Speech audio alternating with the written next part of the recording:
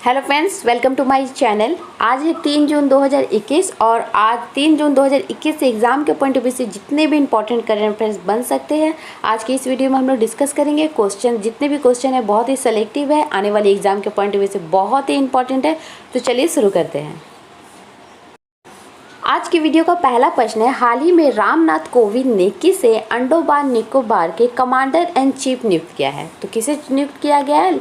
Lieutenant general Ajay Singh को। ठीक है, ये अंडमान निकोबार के 16वें कमांडर इन चीफ बने हैं। कितने बने हैं? 16वें। नेक्स्ट क्वेश्चन है, हाल ही में WHO ने किस देश में सबसे पहले पाए गए कोविड वेरिएंट का नाम कप्पा और डेल्टा रखा है? तो कप्पा और डेल्टा नामक वेरिएंट किस देश में पाया गया है? ये पाया गया है भारत में। ठीक है, यह WHO का जिक्र है तो WHO के बारे में जान लेते हैं। WHO का फुल फॉर्म हम लोग जानते हैं, वर्ल्ड हेल्थ ऑर्गेनाइजेशन होता है। ठीक है, इसकी स्थापना 7 अप्रैल 1948 ईस्वी को हुई थी। इसका हेडक्वार्टर जेनेवा स्विट्जरलैंड में है। इसके वर्तमान में अध्यक्ष डॉक्टर टेड्रोस अधानोम घेब्रेयेसस है। हाल ही में एशियन बॉक्सिंग चैंपियनशिप 2021 में गोल्ड मेडल किस भारतीय ने जीता है? तो ये जीता है संजीत कुमार ने gold medal Asian boxing championship 2021 में। हाल ही में किस IIT ने भारत का पहला स्वदेशी तापमान डेटा लॉन्गर MB टैग विकसित किया है? इस डेटा लॉन्गर का क्या नाम है? MB tag. ठीक है, ये किस IIT ने विकसित किया है? IIT रोपड़ ने। ठीक है, IIT रोपड़ कहाँ है? पंजाब में है। ठीक है, इसमें हम लोग हमेशा कंफ्यूज हो जाते हैं, सोचते हैं कि ये राजस्थान में है, लेकिन ये कहाँ है? रोपड़ पंजाब में है। इसकी स्थापना 2008 ईस्वी को हुई थी और इसके वर्तमान में डायरेक्टर कौन है? PK रैना है। हाल ही में किस देश ने देश के अंदर दुनिया का पहला H10N3 बर्ड फ्लू का मामला सामने आया है? तो ये मामला किस देश में आया है? ये चीन में आया है। ठीक है, कौन सा? H10N3 bird flu. ठीक है, चीन में आया है। चीन के बारे में देखते हैं। चीन की राजधानी बीजिंग है। चीन के वर्तमान में मुद्रा का नाम है रेनमिनबी। पहले इसे हम लोग युवान कहते थे। ठीक है, चीन के वर्तमान में राष्ट्रपति शी जिनपिंग है। चीन के वर्तमान में प्रधानमंत्री ली केकियांग है। नेक्स्ट क्वेश्चन है, हाल ही में किस केंद्रीय मंत्री ने बागवानी क्लस्टर विकास कार्यक्रम की शुरुआत की है?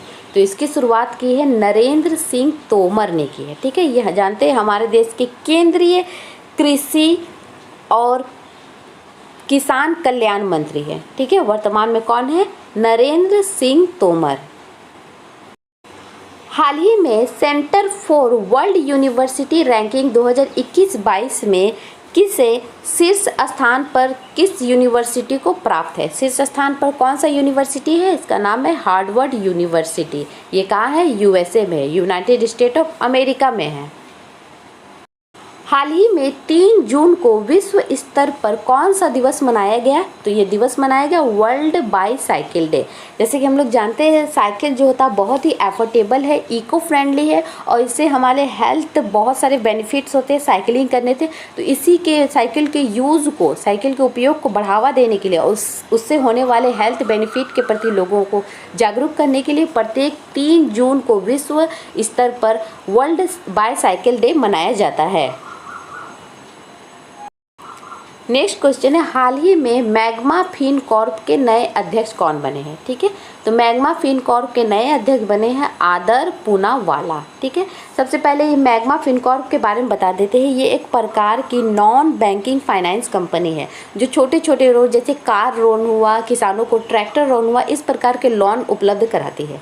ठीक है, और जो आदर पूनावाला है ये SII के CEO है, यानी सीरम इंस्टीट्यूट ऑफ इंडिया के CEO है। और अभी हाल में पिछले वीडियो में हम लोगों ने इनका नाम पढ़ा था, जो पूरे वर्ल्ड के 50 महानतम नेताओं की सूची में आदर पूनावाला का नाम 10वें नंबर है। एकमात्र भारतीय थे जिनका नाम आया है और वो भी ये 10 रैंक पे इनको हासिल हुई है। ठीक है,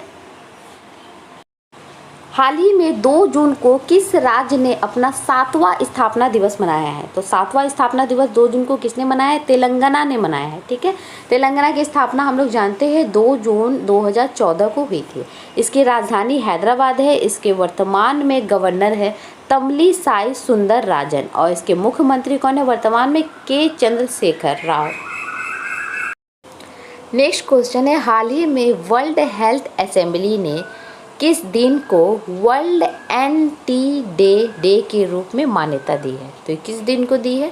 30 जनवरी को दी है। ठीक है, और इसका फुल NTD का फुल फॉर्म होता है नेग्लेक्टेड ट्रॉपिकल डिजीज़। ठीक है, अब इसके अंतर्गत कितने कौन कौन से डिजीज़ आते हैं? सबसे पहले इसके हिंदी फॉर्म में बता देती हूँ। इसका हिंदी का मतलब होता है विश्व उपेक्षित उष्णकटिबंधीय रोग दिवस। ठीक है, इसके अंतर्गत आपके काला ज्वार आता है, डेंगू आता है, चिकनगुनिया आता है और जो फिसलिस होती है, खसरा, इस टाइप की बीमारी, कुष्ठ रोग, ये भी आता है। और हम लोग जानते हैं 30 जनवरी को कुष्ठ रोग निवारण दिवस के रूप में भी मनाया जाता है। और ये जो रोग होते हैं देखने में बड़े होते हैं बहुत आसानी से, लेकिन इसका निवारण किया जा सकता है मेडिकल के द्वारा।